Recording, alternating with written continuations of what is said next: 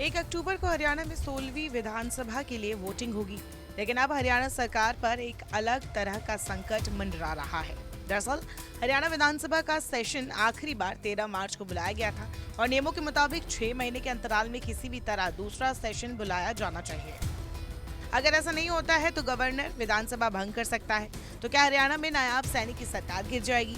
हरियाणा के मुख्यमंत्री नायाब सिंह सैनी द्वारा विधानसभा का मॉनसून सत्र नहीं बुलाए जाने का संकेत देने के बाद राजनीतिक गलियारों में चर्चा छिड़ गई है कि राज्यसभा के उपचुनाव के बाद विधानसभा को भंग किया जा सकता है।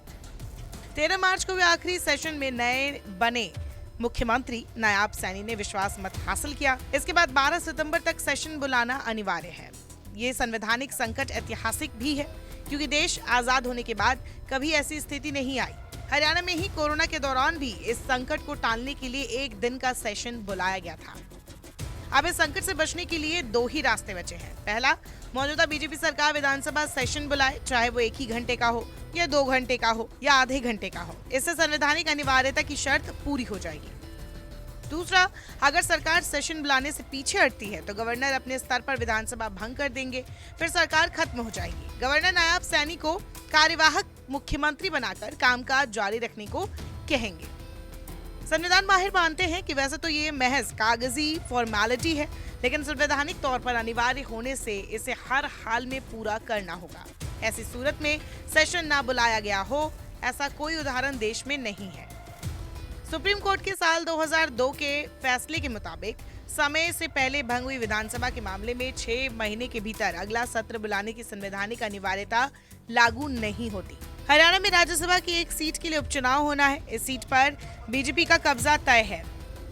ऐसे में 27 अगस्त को राज्यसभा उपचुनाव में बीजेपी प्रत्याशी के निर्विरोध निर्वाचित घोषित होने के बाद प्रदेश कैबिनेट द्वारा राज्यपाल से विधानसभा भंग कराने की सिफारिश कर दी जाए तो कोई हैरानी नहीं होगी। एक्सपर्ट मानते हैं कि अगर 12 सितंबर से पहले कैबिनेट की सिफारिश पर राज्यपाल विधानसभा को समय से पहले भंग कर देते हैं तो आगामी सत्र बुलाने की आवश्यकता नहीं होगी।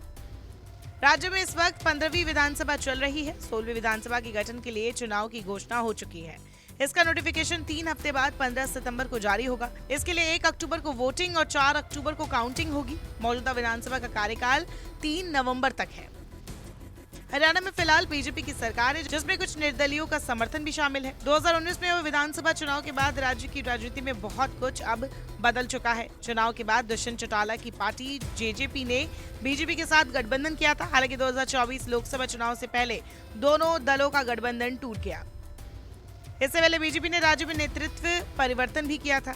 सरकार को अविश्वास प्रस्ताव का सामना करना पड़ा। वही लोकसभा चुनाव में बीजेपी को कांग्रेस ने करारा झटका दिया और उनकी जीती हुई 5 सीटें छीन ली। इसी के बाद कांग्रेस का जोश हाई है। हालांकि कांग्रेस में भी गुटबाजी देखी जाती रही है, इसीलिए इस बार के चुनाव में मुकाबला जबरदस्त होने वाला है। नमस्कार, मैं हूं मानक गुप्ता। अगर आपको हमारा ये वीडियो पसंद आया हो तो इसे लाइक और शेयर जरूर करें और हाँ, हमें सब्सक्राइब और फॉलो करना ना भूलें ताकि आप देश और दुनिया की कोई खबर मिस ना करें। तो जुड़े रहिए हमारे साथ और देखते रहिए न्यूज़ 24।